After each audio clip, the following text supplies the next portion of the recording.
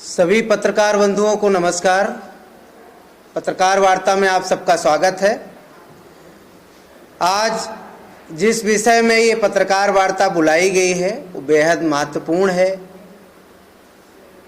आज न केवल भारत में या मध्य प्रदेश में बल्कि दुनिया में जो इंसान कामों की तलाश में शहर की ओर आता है, काम के लिए, अपने बच्चों का पेट पालने के लिए, रोजी रोटी के लिए वो शहर आते हैं। शहर में जहां उनका काम होता है उस काम के इर्द गिर्द वो अपना निवास बनाते हैं और धीरे धीरे वो बस्तियां झुग्गी बस्तियों के नाम से जानी जाती हैं। इस देश के अंदर आप कोई भी बड़ा शहर उठाएं, दिल्ली, बम्बई,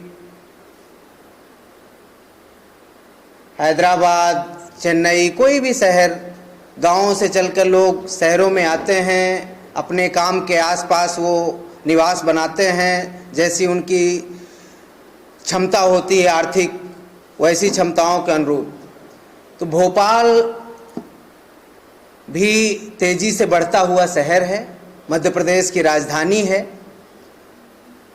भोपाल में जिसको हम स्लम एरिया कहते हैं, झुग्गी बस्ती कहते हैं, बड़ी संख्या में, जो राष्ट्रीय औसत है उसका दोगुना यहाँ करीब 36% लोग सरकारी आंकड़ों के मुताबिक स्लम में रहते हैं। और स्लम की जब बात आती है तो कई सुविधाओं को लेकर भी बात आती है। अमूमन जब हम ऐसे तबके की बात करते हैं तो दो स्थानों पे उनके विषय में हम चर्चा करते हैं। एक उनके रहने का स्थान और दूसरा उनके काम का स्थान। तो जो रहने का स्थान है, स्लम एरियाज हैं, आप लोग भी पत्रकार साथी हैं, लगातार भोपाल के अलग अलग इलाकों में जाते होंगे, देखते होंगे कि उनकी क्या स्थिति है। तो रहने के स्थान में काफ़ी सारी दिक्कतें हैं और जो न केवल देश के अंदर बल्कि पूरी दुनिया के अंदर जो पैमाने तय किए जाते हैं, यूनाइटेड नेशंस ने जो पैमाने तय किए हैं, 17 सस्टेनेबल डेवलपमेंट गोल्स जो उन्होंने तय किए थे, उन मापदंडों में स्लम एरियाज काफ़ी पीछे हैं। ख़ास तौर से जब हम भोपाल की बात करते हैं, ये प्रदेश की राजधानी होने के बाद भी आप लोग किसी भी बस्ती में चले जाएं, वहाँ पीने के पानी की सुविधा देखें, वहाँ लोगों के जहाँ रहते हैं वहाँ नालियों की व्यवस्था देखें, वहाँ बच्चों के पढ़ने के लिए क्या इंतज़ाम है, कोई बीमार हो जाए तो उनके इलाज के लिए क्या इंतज़ाम है, उनके राशन की क्या व्यवस्था है, महिलाएं उनकी सुरक्षा की क्या व्यवस्था है। तमाम तरह के पैमानों में कहीं ना कहीं भोपाल पीछे है और पैसे खूब खर्च होते हैं। तरह तरह की स्कीम आती हैं, राज्य सरकार की स्कीमें, केंद्र सरकार की स्कीमें, Jawaharlal Nehru urban renewal mission से लेकर तमाम तरह के प्रोजेक्ट निकले। स्मार्ट सिटी का आप लोग कॉन्सेप्ट देख ही रहे हैं। उसके बावजूद ये बड़ा तबका जो स्लम एरियाज में रहता है आज भी बुनियादी सुविधाओं के लिए मोहताज है। इसमें देखिए कि मैं दो चीज़ें कहूँगा। पहली बात यह है कि वो मुख्यमंत्री आवास है। मुख्यमंत्री आवास वो, चूँकि अरविंद केजरीवाल जी मुख्यमंत्री हैं तो आज उनका आवास है, कल कोई और मुख्यमंत्री होगा तो वो उनका आवास होगा।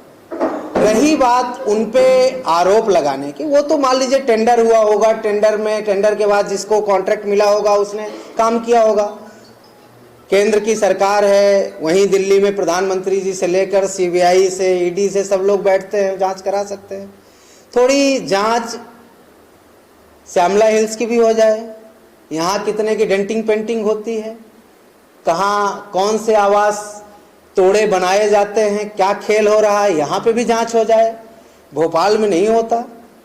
यहाँ मुख्यमंत्री क्या कर रहे हैं, कितने की चीज़ें खरीदी जाती हैं, कितने की बेचे जाती हैं, इन पे जांच नहीं होती।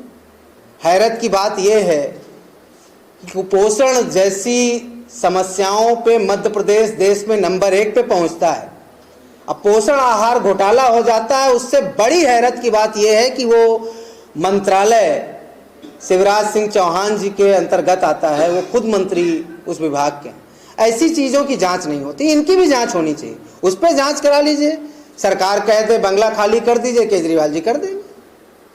तो ये तो वो प्रोपेगेंडा है बदनाम करने का। काम देखिए सरकार, काम देखिए कि किसने क्या किया है।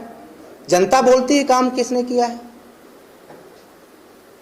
अमेरिका के राष्ट्रपति की पत्नी दिल्ली आती है, वो सरकारी स्कूल देखने जाती है। भाजपा के एमसीडी के स्कूल देखने नहीं गए, यहाँ किसी अन्य राज्य में नहीं जाते। तो कुछ तो काम हुआ है, काम तो आप लोग भी मानते हैं, सब लोग मानते हैं। तो केजरीवाल जी की ईमानदारी, उनके कामों से भाजपा जो परेशान है, तो उनको बदनाम करने की कोशिश है। ऐसी तमाम कोशिशों को अरविंद केजरीवाल जी, उनकी टीम फेल करेगी और सच्चाई परेशान हो सकती है, पराजित नहीं होती। ये आप सब लोग बहुत दिनों से सुनते आ रहे हैं और ये आगे भी सच साबित होगा। और कोई सवाल? धरना प्रदर्शन तो साहब आए दिन होते हैं, कर्मचारियों से लेकर आंगनवाड़ी कार्यकर्ता हों, शिक्षक हों, स्वास्थ्य कर्मी हों, तमाम तरह के लोग धरना प्रदर्शन कर रहे हैं। हम लोगों ने भी आंदोलन किया था, हम लोगों ने भी पोषण आहार को लेकर, व्यापम को लेकर तमाम तरह के आंदोलन किए। लेकिन इसके साथ साथ हम ये जिम्मेवारी भी समझते हैं, हम प्रोपेगेंडा पे नहीं जाते हैं। मैं तो खाली आपके माध्यम से कह रहा हूँ, जांच कर लें। ऐसे भाजपा चुनाव में जाएगी क्या बिना धरना आंदोलन? मैं इस पे आता हूँ। धरने प्रदर्शन हम लोग करते हैं, जो मुद्दे हैं उन पे करते हैं। भाजपा ने एक धरना दिया था केजरीवाल जी के घर के सामने, तो आपने देखा होगा टेंट ही खाली रह गया, कोई नहीं आया। तो ऐसा धरना हम लोग नहीं देते, देंगे तो अच्छा धरना देंगे, ठीक से धरना देंगे। पोषण आहार का हमने किया, व्यापम के किए, तमाम तरह की चीज़ें। इसके साथ साथ हम ये दायित्व तो समझते हैं कि ये सरकार जो बैठी है हर मोर्चे में फेल है। आप कोई भी मध्य प्रदेश का विभाग उठाइए, शिक्षा से लेकर स्वास्थ्य से लेकर, अभी किसान भाइयों का गेहूं ये खरीद रहे हैं। अब गेहूं जो अन्न है, अन्न सबको मालूम है, फोरकास्ट का सिस्टम है आजकल, तो जन जन को पता होता बारिश होने वाली है। हजारों मैट्रिक टन गेहूं सड़ जाता है और उसकी फिर आप बोलते हो कि हम एफसीआई बोलती हम खरीदेंगे नहीं। ये सब क्या खेल चल रहा है? किसानों की फसल नष्ट हो जाती है, अपने आप को शिवराज सिंह चौहान किसान पुत्र कहते हैं, और उस फसल की नुकसानी के मुआवजे को लेकर तमाम तरह के घोटाले सामने आते हैं। पटवारियों से लेकर तहसीलदार तक, विधायकों से लेकर तमाम लोगों के मामले सामने आ रहे हैं, उन पे कोई कार्रवाई नहीं होती।